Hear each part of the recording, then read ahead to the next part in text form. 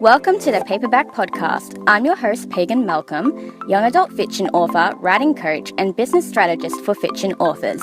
I love to combine small business systems and strategies, online marketing knowledge, and social media tactics to the world of entrepreneurship and publishing. I've been featured on major blogs such as Her Paper Route and Grattan Street Press for my insightful book marketing knowledge. If you're ready to learn how to massively up-level your book marketing game, increase your book's visibility, and become a publishing guru, grab a cuppa, kick back, and listen up.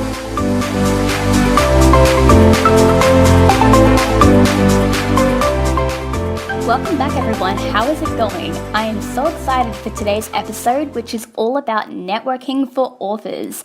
You may have heard the phrase before, it's not what you know, it's who you know. And well, this saying does hold some truth. Networking can be a great way to build connections and get a lot more support behind you and your book. A village of people shouting about your new book is always going to be more effective than just yourself alone. So, for all you introverted writers out there who might be wondering how the heck to get out there, get social, and network, this episode is for you. I'm going to be covering 5 ways to network that I personally love, find super effective, and highly recommend.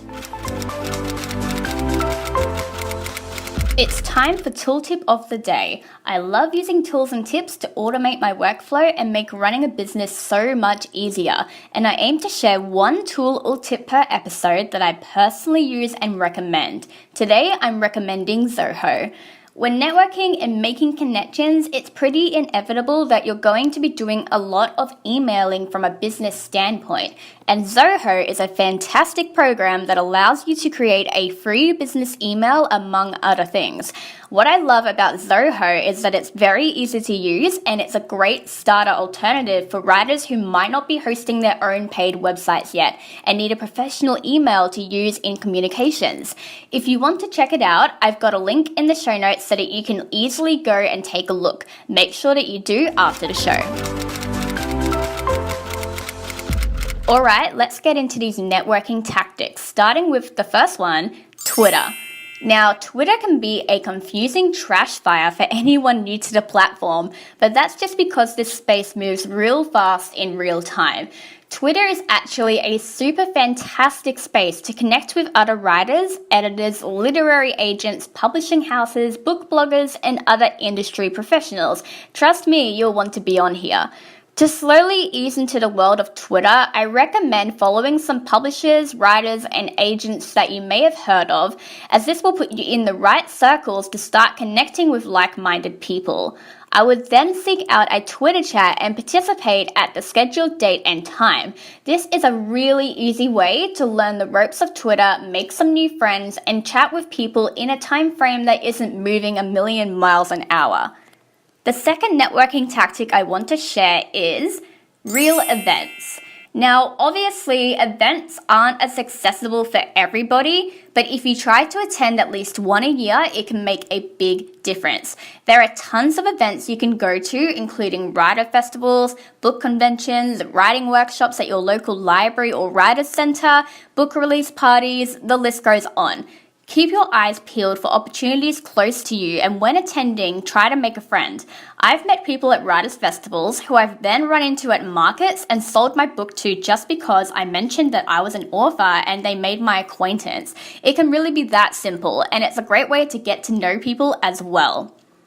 Alright, third up is bookshops. Now, bookshops are where it's at, my friends, and don't underestimate the power of your local neighborhood indie bookstore.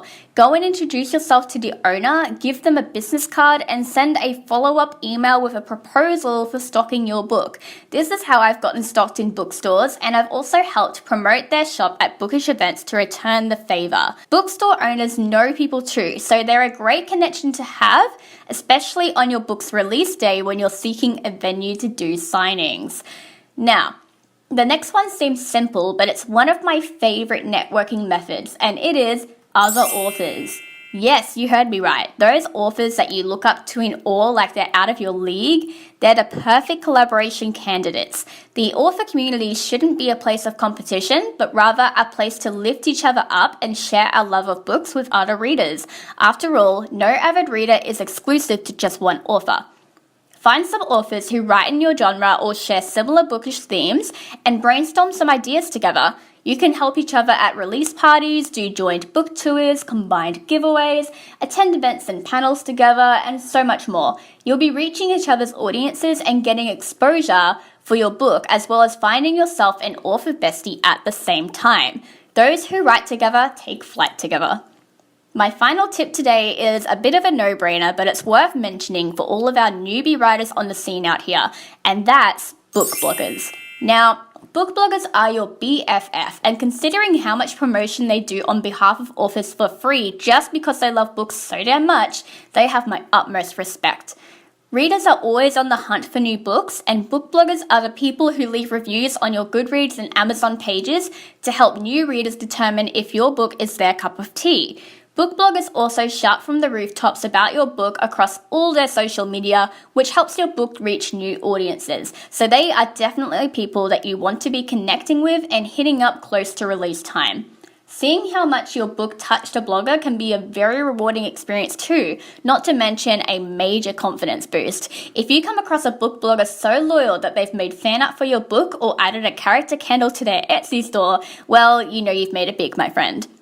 Those are all the networking tips I have for you today. Which one did you like the sound of? Will you be implementing any of these? I'd love for you to reach out on social media and let me know. Make sure you join me 2 weeks from now because I'll be back with another episode of the Paperback Podcast.